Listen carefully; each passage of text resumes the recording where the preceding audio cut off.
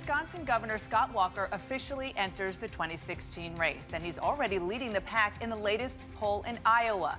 Aside from the public brawl with his state's labor unions, Walker's had a limited national exposure. We thought you might want to get to know him better, so we headed to Wisconsin and talked to some folks who know him best. Scott Walker's sons are a staple of his stump speech. My sons, Matt and Alex. Our sons, Matt and Alex. My reasons are Matt and Alex. So much that we were told someone in Wisconsin made up a Matt and Alex drinking game. Every time he says Matt and Alex, you take a drink. I didn't know that. It's pretty funny. Now it's the 21 and almost 20-year-olds' turn to talk about their dad on the eve of his presidential announcement. We've seen his leadership.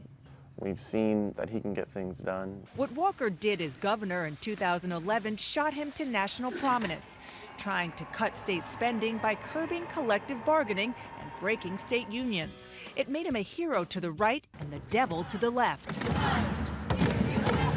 Passions ran so high through a failed attempt to recall Walker, his then high school-aged sons say they faced death threats. We got a lot of those threats. We were able to just keep calm, work through them. In the end, we got closer. But their mother, Tanette, also gave her husband tough love, telling him he wasn't communicating well. She tried to ask our dad to explain to people more what the reforms did and what he was doing. Walker's wife is 12 years his senior. How they met at this bar says a lot about his personality. Self-assured and at times a bit awkward. He wrote on a napkin, "Forgive me for being rude, but I've got to work early in the morning. But if you'd like to go out sometime, give me a call." And he put his number down and his name.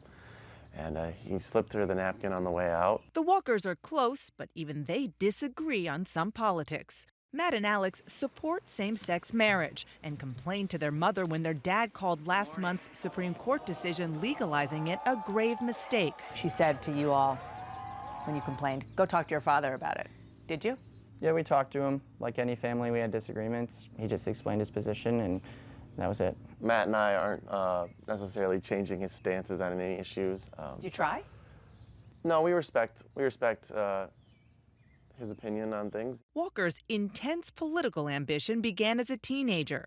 He lost a bid to be student body president at Marquette University and dropped out before graduating. He was getting an offer job before he even left, so why would he not take it? What would he say if either of you said, you know what, Dad, I'm done. I'm not going to finish college? He might be all right with it if we told him we had a good reason. Our mom, on the other hand, would not allow that. Walker was elected to the state assembly at age 25. He's been a career politician since, but not always a political star. Scott is one of those guys that does not fill up the room. He's not going to blow you away. He comes off as very intense, very thoughtful. Charlie Sykes is a Wisconsin conservative radio host, where Walker was a regular guest as he moved up through elected office. He is his own #1 strategist. He is his own #1 spokesman. He is his own media person. Some would say that's micromanaging. Oh, I think everybody would say that it's micromanaging. And he's even-keeled, apparently no temper.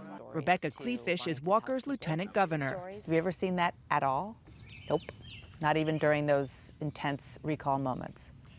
I was floored by his calm. You know that he's a man of deep faith.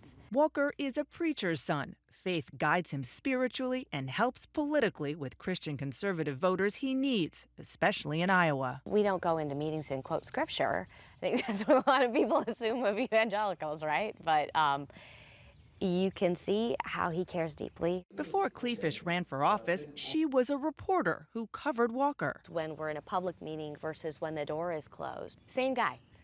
And I know that's weird. For his sons, that typical guy also means dorky dad. A little embarrassing sometimes.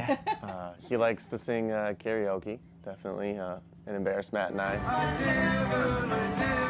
They're not the only ones. He has a tendency to sing. What does he sing? He sang Happy.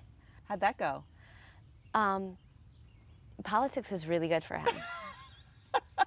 But worse for his sons are his clothes. The big one is that he wears jean shorts sometimes, and that's a little rough. So Really? Fashion choices need to be updated. But dressing like a pirate when they were kids, not so bad. And that's just how he's always been, and he's shown the example for us.